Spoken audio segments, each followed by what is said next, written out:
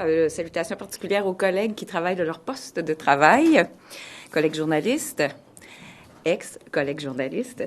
Cela dit, nous sommes ici aujourd'hui, naturellement, pour souligner les propos de la juge Charbonneau à la suite de son allocution de fermeture. Tout d'abord, nous devons saluer le travail colossal qui a été fait par la juge Charbonneau et le commissaire Renaud Lachance. C'est un travail colossal, près de 300 témoignages qui ont été entendus, et on attend beaucoup du rapport de la commission Charbonneau qui sera présenté en avril prochain. Cela dit, c'est un travail colossal, je le répète, mais il ne faut pas oublier qu'à l'origine de ce travail et de la création de cette commission, il y a eu des dénonciations, il y a eu des demandes de fait au gouvernement, et j'aimerais en profiter ce matin pour saluer tout le courage de ma collègue, la députée d'Arthabasca, Madame Sylvie Roy, qui a été la première à réclamer haut et fort qu'une commission d'enquête soit déclenchée pour faire la lumière sur toute la collusion, la corruption dans le monde de la construction et le financement des partis politiques, le lien entre ces structures, ces différentes structures. Alors Sylvie, chapeau, c'est grâce à toi. Madame Sylvie Roy a réclamé cette commission depuis avril 2009. Elle a été la seule à le faire durant des mois et des mois, avant que le gouvernement ne décide finalement, et les autres partis, d'emboîter le pas. Je vous rappellerai cependant que le gouvernement Charest de l'époque avait voté à 11 reprises contre la tenue d'une commission d'enquête. Alors, je tenais absolument à saluer le travail qu'a fait Sylvie Roy dans ce dossier, parce qu'à l'origine de cette commission, il y a des dénonciations et des demandes politiques qui ont été faites.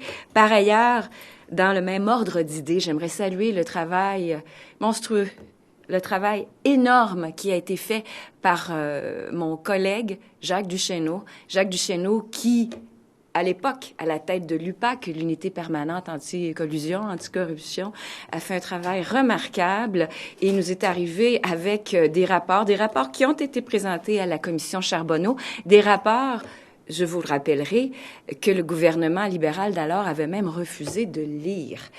Donc, le témoignage de M. Jacques Duchesneau à la commission Charbonneau est extrêmement important. Souvenez-vous, à l'époque, M. Duchesneau nous avait appris dans son témoignage que, selon lui, selon ses estimations, le travail d'enquête qu'il avait fait, près de 70% du financement des partis politiques était du financement illégal, du financement occulte, des prête-noms.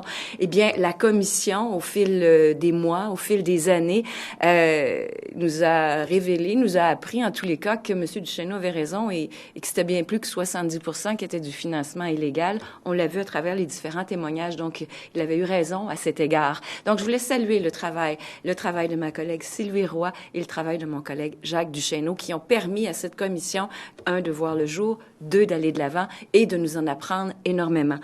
Naturellement, on attend naturellement, nous attendons les conclusions de la juge Charbonneau pour le printemps prochain, avril 2015. Et nous allons tout faire pour que les recommandations de la juge soient mises en application par le gouvernement en place. Nous allons talonner le gouvernement en place justement pour que les recommandations soient appliquées, pour assainir le monde de la construction, les relations incestueuses entre les partis politiques et la construction, et aussi cette collusion, cette corruption, pour qu'elle disparaisse, pour assainir tout ça.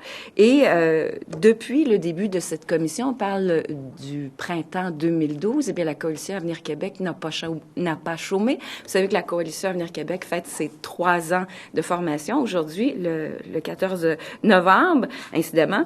Cependant, depuis l'arrivée en poste des députés de la Coalition Avenir Québec, en septembre dernier, nous n'avons pas chômé, nous avons mis de l'avant des lois, nous avons proposé une véritable revision en profondeur des règles d'attribution des contrats publics. Il y a une loi qui a été adoptée par le précédent gouvernement à cet égard.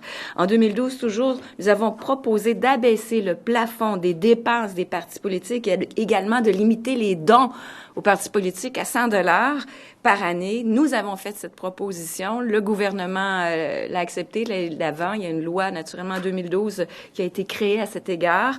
On a proposé aussi d'étendre les pouvoirs du vérificateur général pour qu'il puisse mieux enquêter dans les sociétés d'État, ce qui est désormais possible, mais il y a encore du travail à faire. Encore cette semaine, je demandais, pas plus tard qu'hier et avant-hier, je demandais en Chambre à quand une loi pour que nous nous faisions rembourser les sommes qui nous ont été collectivement volées dans l'industrie de la construction, pardon. Et cette demande, pas plus tard qu'hier également, il y a le procureur de la ville de Laval qui l'a fait à la commission Charbonneau. À quand une loi pour que nous soyons remboursés? J'ai posé mes premières questions au début de la 41e législature, au printemps dernier, à la ministre de la Justice. 7 mois plus tard, on attend toujours, il faut aller de l'avant, il faut se faire rembourser. Certaines villes ont déjà commencé à prendre des mesures par elles-mêmes, mais il faut que le gouvernement du Québec agisse et nous allons talonner le gouvernement libéral pour qu'une loi soit présentée parce qu'il y a le temps qui joue également. Si nous voulons poursuivre, si nous voulons faire en sorte que les collusionnaires qui ont avoué durant la commission Charbonneau, ces firmes de génie, nous avoir volé collectivement, pour faire en sorte que ces gens nous remboursent, il faut se dépêcher parce qu'il y a aussi une prescription qui court, il y a le temps qui court en droit. Donc, on va talonner le gouvernement là-dessus. On continue à le faire. Et également, nous avons déposé un projet de loi pour mieux protéger les dénonciateurs d'actes de corruption. Nous avons déposé une loi à cet égard. Il y a eu beaucoup d'interventions auprès de la commission de gens qui demandaient à être protégés pour dénoncer. Et nous avons fait cette démarche. Nous attendons que le gouvernement aille de l'avant à cet égard. Par ailleurs, nous avons demandé récemment en Chambre, et ça c'est très important, si vous pensez qu'il y avait de la corruption et de la collusion dans le monde de la construction, il y a d'autres domaines également où il y en a, nous avons demandé qu'un vrai ménage soit fait également dans tous les contrats informatiques au gouvernement. Et ça, nous ne lâcherons pas le morceau. Nous croyons également qu'il se passe des choses de ce côté-là et qu'il faut aller faire le ménage. Donc, nous continuons à travailler en attendant les conclusions du rapport de la commission Charbonneau. Nous avons aussi déposé un projet de loi pour étendre les pouvoirs de la protectrice du citoyen et on veut mieux encadrer le processus des nominations politiques. On voit ce que ça donne. Les gouvernements changent de couleur et les nouvelles nominations apparaissent, les congédiements et les nominations apparaissent et on veut éliminer ça dans notre système politique. On veut que les gens soient nommés pour leurs compétences et non pour leurs allégeances politiques. Alors, en gros, il y a du travail qui reste à faire. On a fait une partie du travail et on attend les recommandations de la commission Charbonneau avec grand intérêt. Nous ferons tout pour que le gouvernement actuel applique les recommandations, les respecte et les applique pour que ça change. Merci.